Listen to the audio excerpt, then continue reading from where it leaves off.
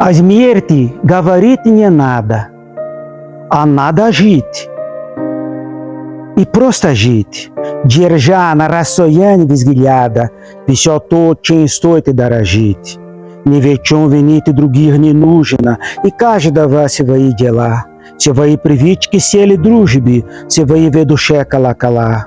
Иною по иному чудом, и коли людям из тебя вело, то пусть с тобой будет людям легко, надежно и светло. А не мудрые мальчиши луши, не торопи напрасно дни, не заставляй до сорока душу, то раскрывать, что скрыто в ней. Живи, не уставай дивиться тому, как ветер небосвод, и так дыши, как дышит птица, пускай в дальний перелет.